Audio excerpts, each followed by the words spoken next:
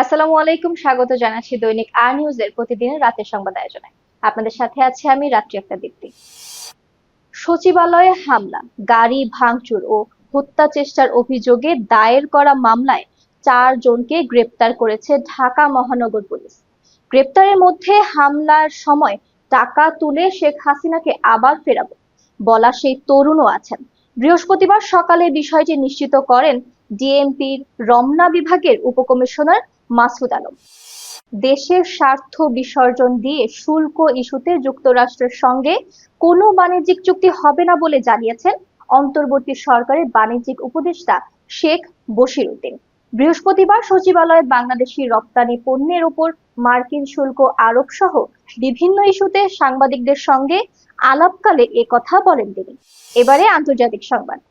ইসরায়েলের অবরোধে বিপর্যস্ত গাজা উপত্যকায় একদিকে যেমন চলছে লাগাতার বিমান হামলা, অন্যদিকে তীব্র খাদ্য সংকটে মারা যাচ্ছে মানুষ। গত 24 ঘন্টায় ইসরায়েলি হামলায় আরো কমপক্ষে 100 ফিলিস্তিনি প্রাণ হারিয়েছে বলে জানিয়েছে গাজা স্বাস্থ্য মন্ত্রণালয়। একই সময় অনাহারে মৃত্যু হয়েছে আরো 10 জনের। পরবর্তী সংবাদ দেখার আমন্ত্রণ জানিয়ে শেষ করছি। দৈনিক আর নিউজের সাথে থাকার জন্য ধন্যবাদ।